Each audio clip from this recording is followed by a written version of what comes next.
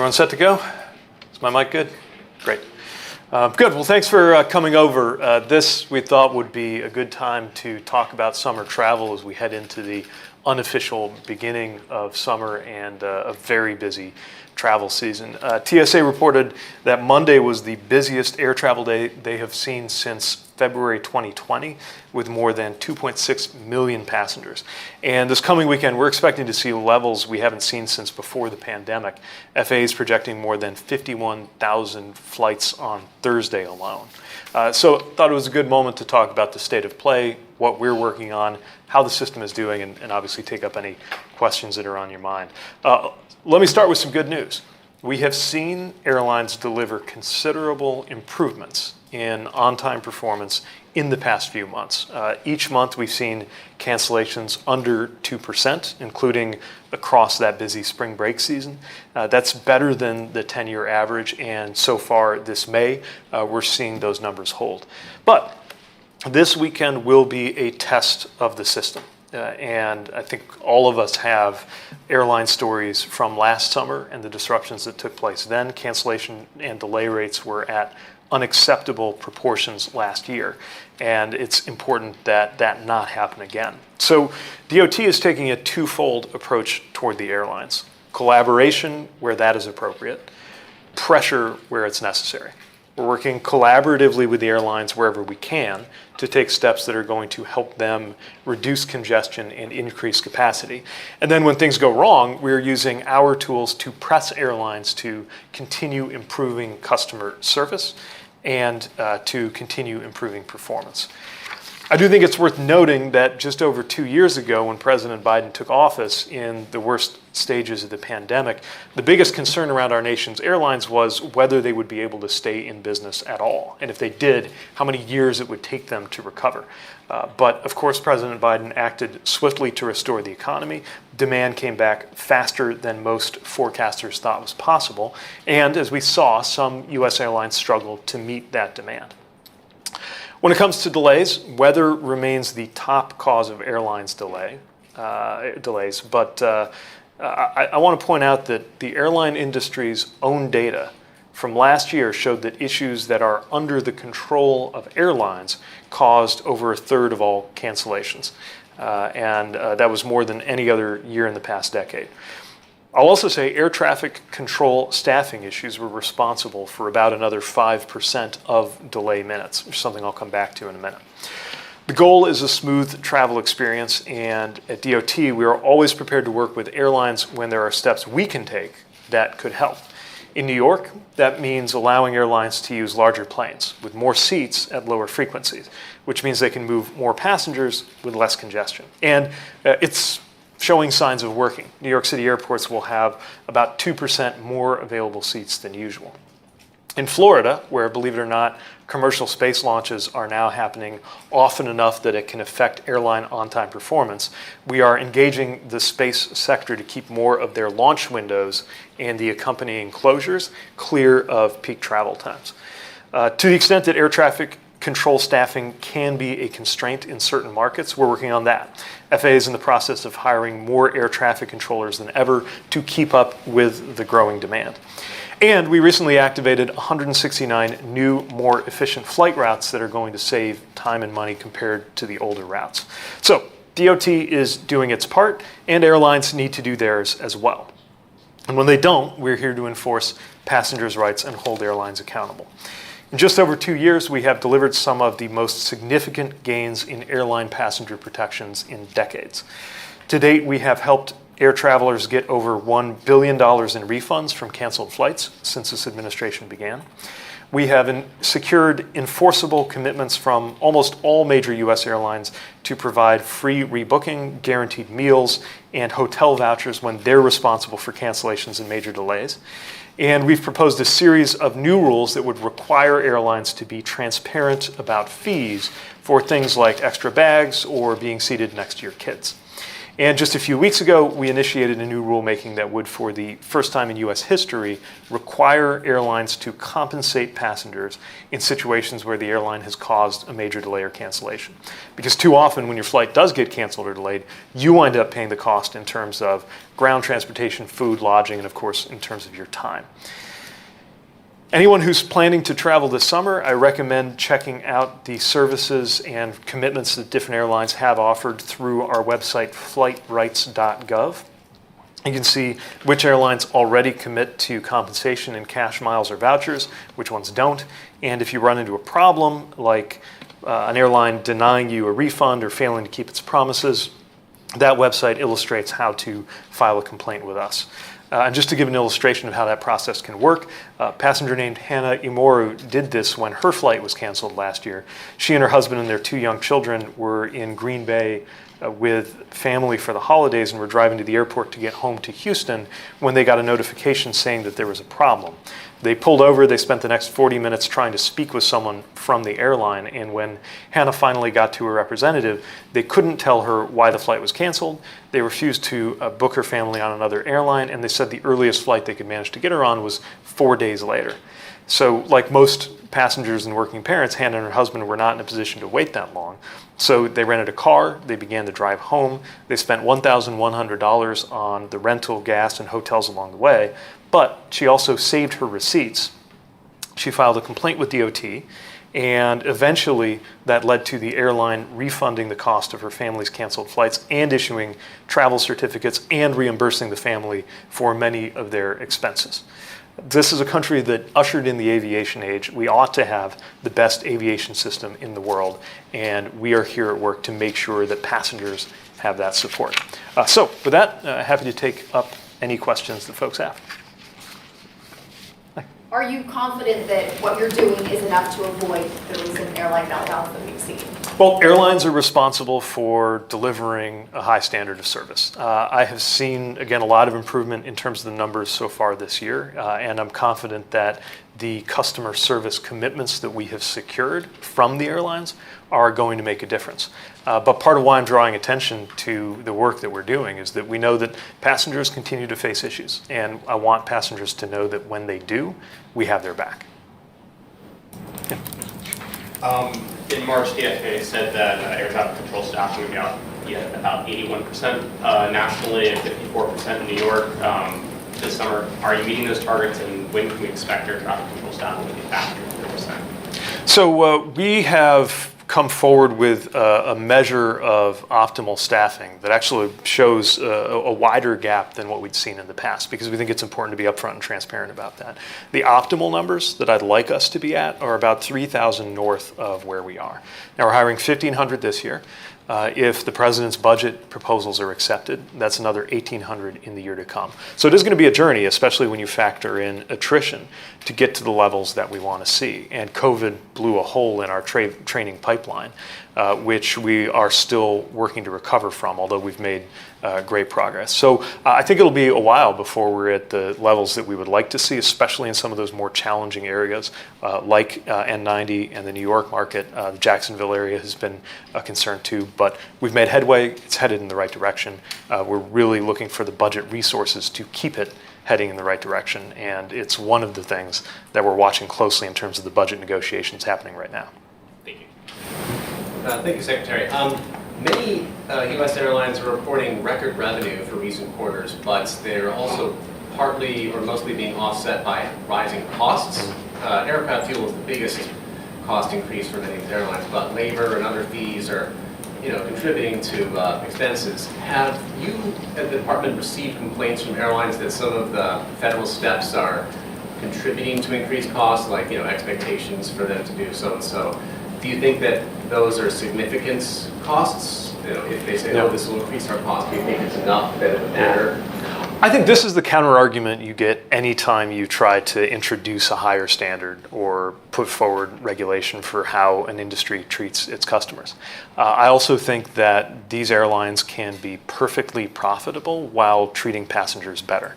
And that's what we're seeking to do here, both raising the floor with regulation and highlighting who goes beyond that floor with the transparency that you can get through the dashboard on flightrights.gov. So we're not going to prescribe every little detail of customer service, but we are trying to raise the bar on that. And I think that we can have affordable flights, profitable airlines, and happier passengers by doing that.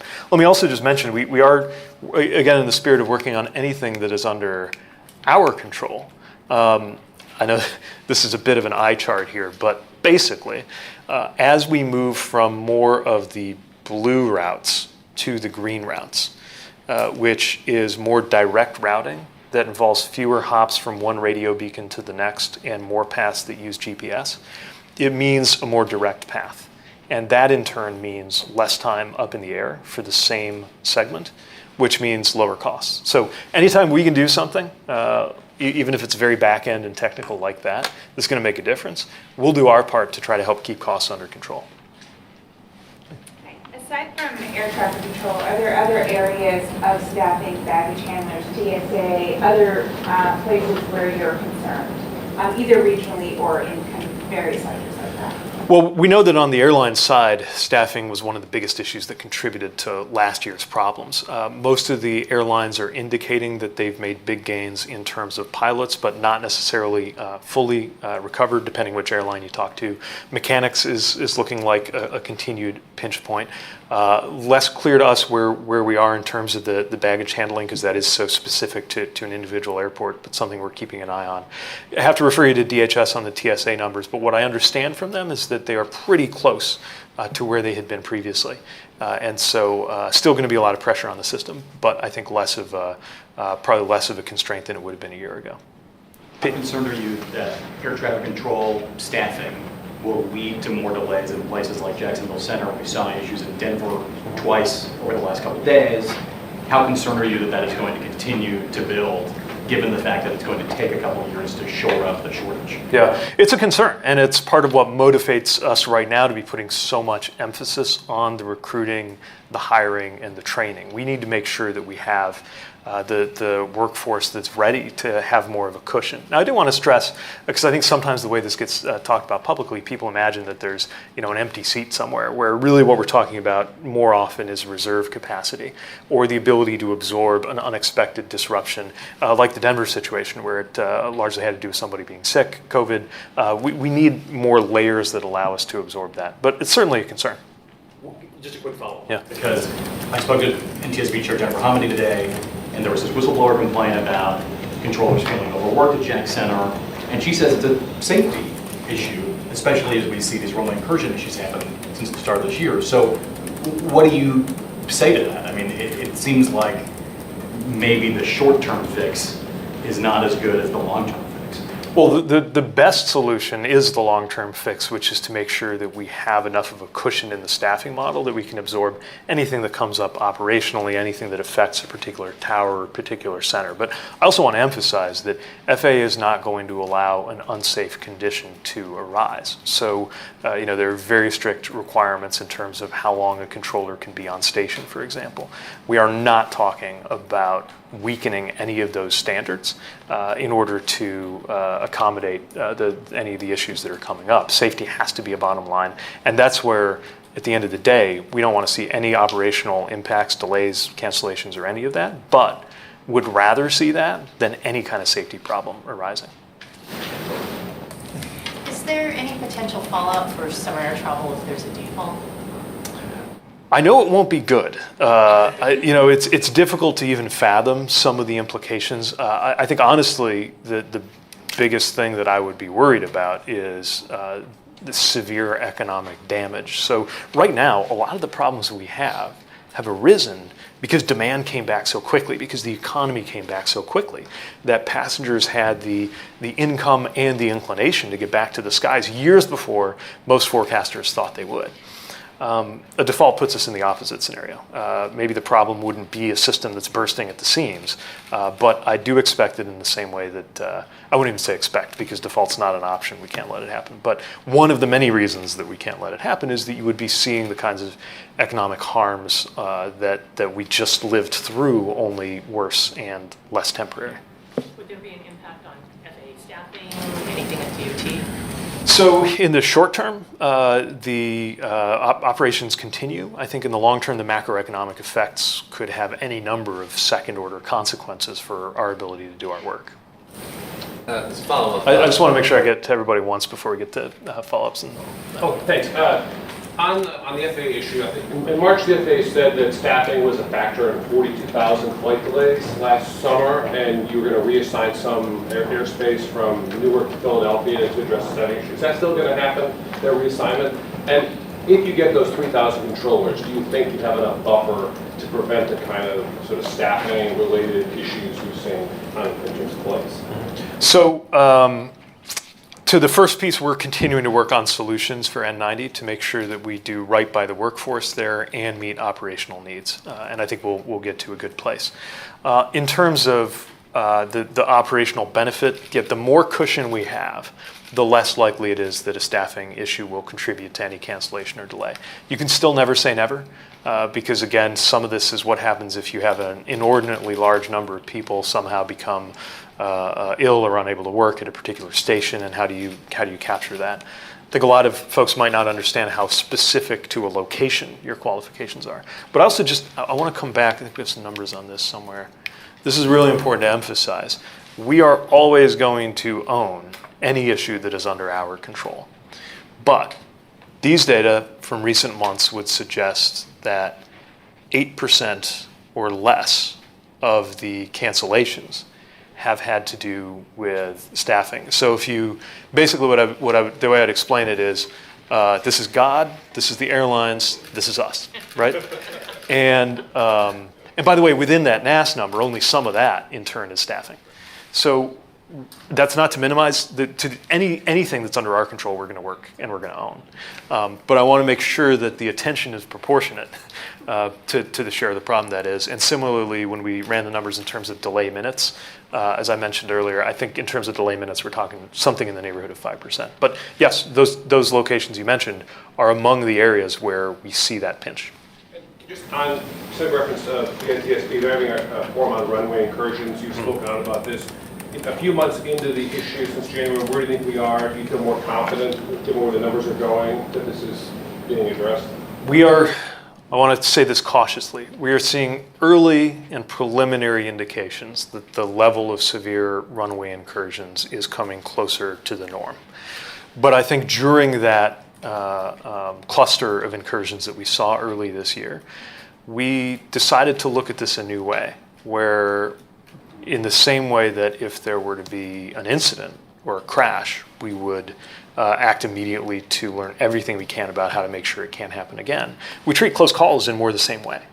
I think that's helping. The emphasis so far, as I understand in the forum, has been around getting back to basics, around situational awareness. This is also what's driving a lot of the investments that we're making. Obviously a longer term solution, but sometimes the best technology is concrete, and that's why some of what you're seeing are the construction of these end-around taxiways that just mean one less potential conflict point where a plane lines up, and we just had about $100 million headed out to 12 facilities around the country that are going to help.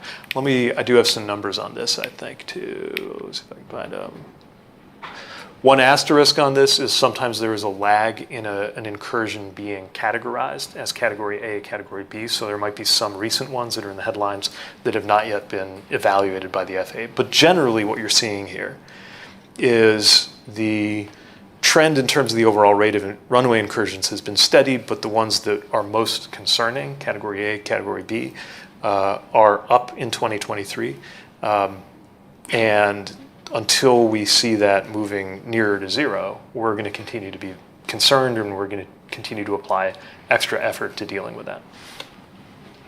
In terms of the pilot shortages, I know, again, that's an airline issue, but moving forward, what steps will the DOT take to work with airlines? A lot of them now expecting to see wave retirements moving forward. I know you've said in the past you're not looking to weaken or change any training requirements, but what steps can DOT take to work with the airlines?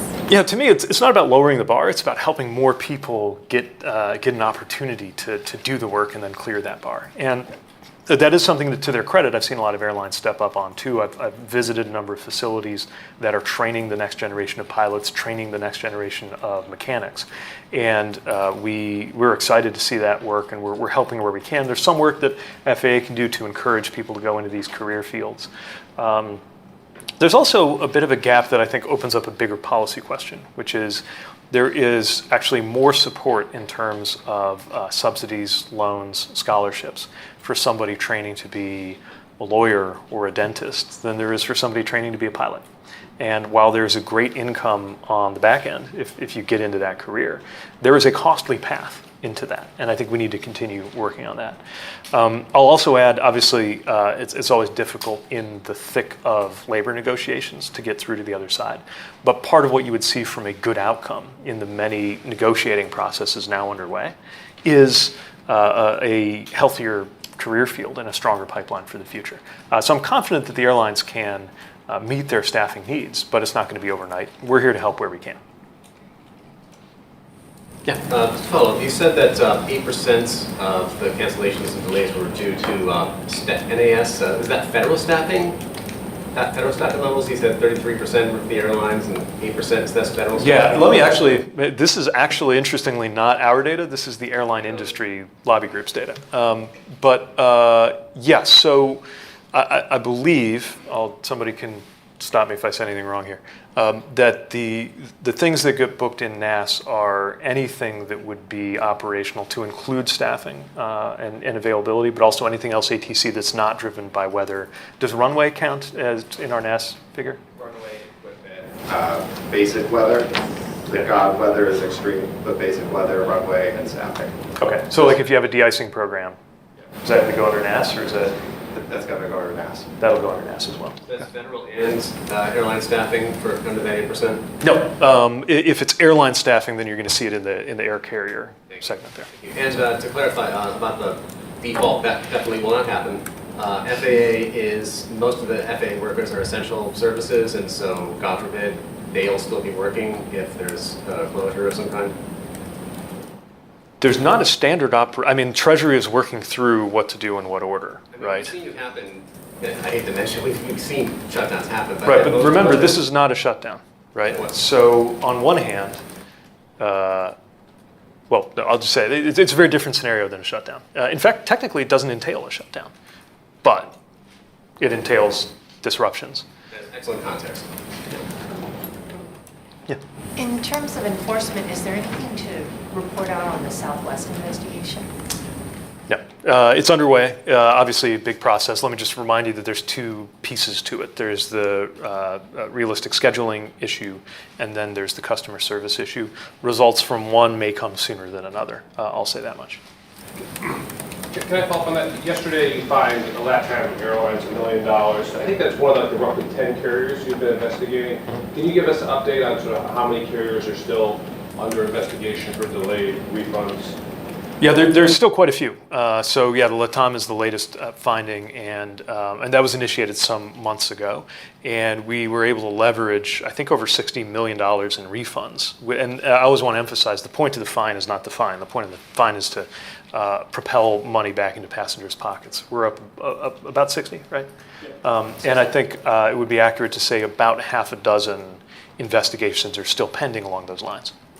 And on other investigation on the Notepam outage from January, where are you in terms of feeling confident that you have the safeguards in place to ensure that that couldn't happen again, and more broadly, what's needed on the technology front, do you think? So I'm confident that in terms of both the processes and practices that led to that issue, and in terms of the database setup, that particular sequence of events could not happen again.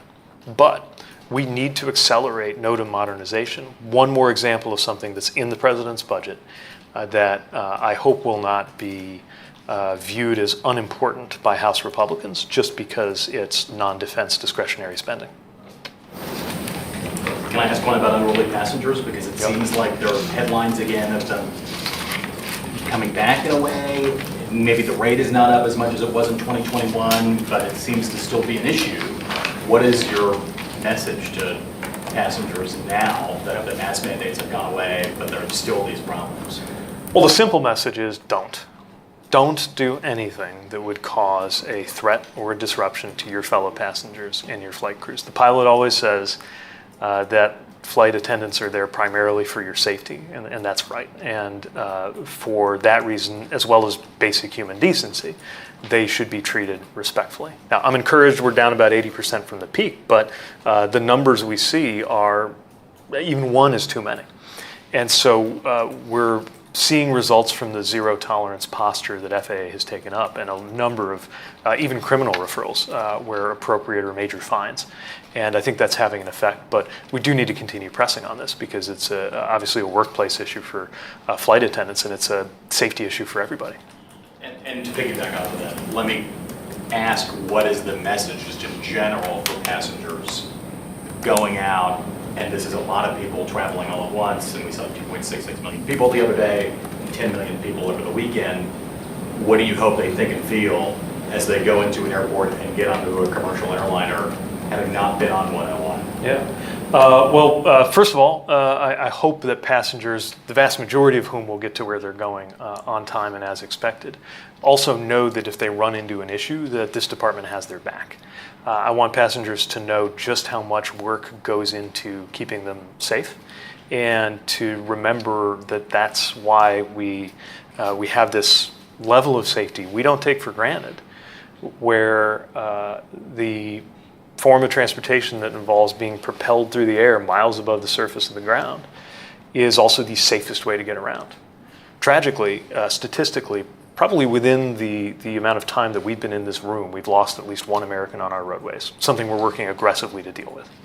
But I wish that roads or railroading or any other form of transportation had the safety record that aviation does. We're working hard to keep it that way.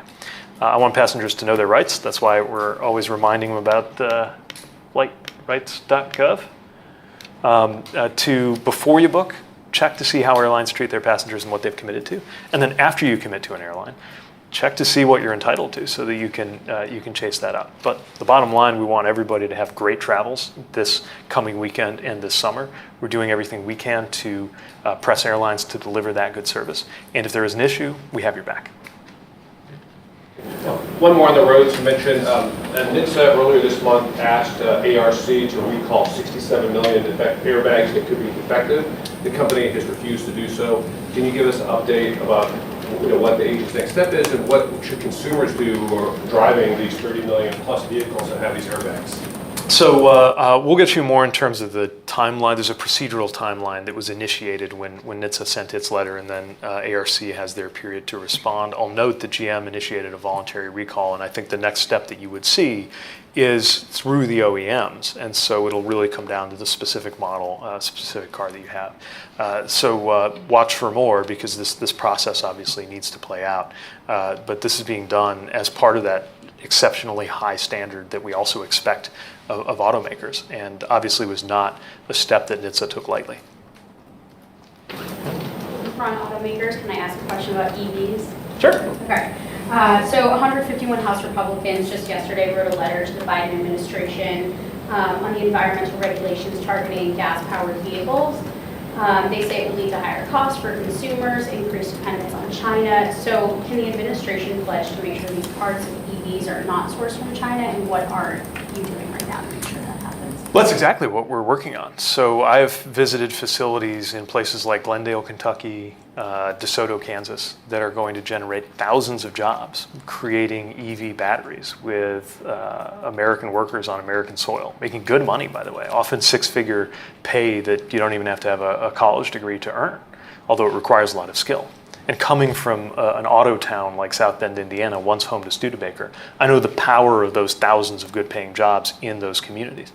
And I don't know why anyone in elected office would want to slow down America's progress into that EV revolution.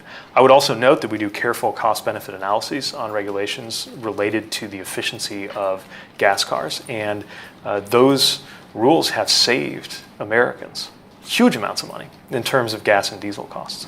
And of course, making EVs more affordable will also make it easier for more Americans to take advantage of the fact that it is cheaper to fill up a car or truck with electrons typically, than with gas or diesel.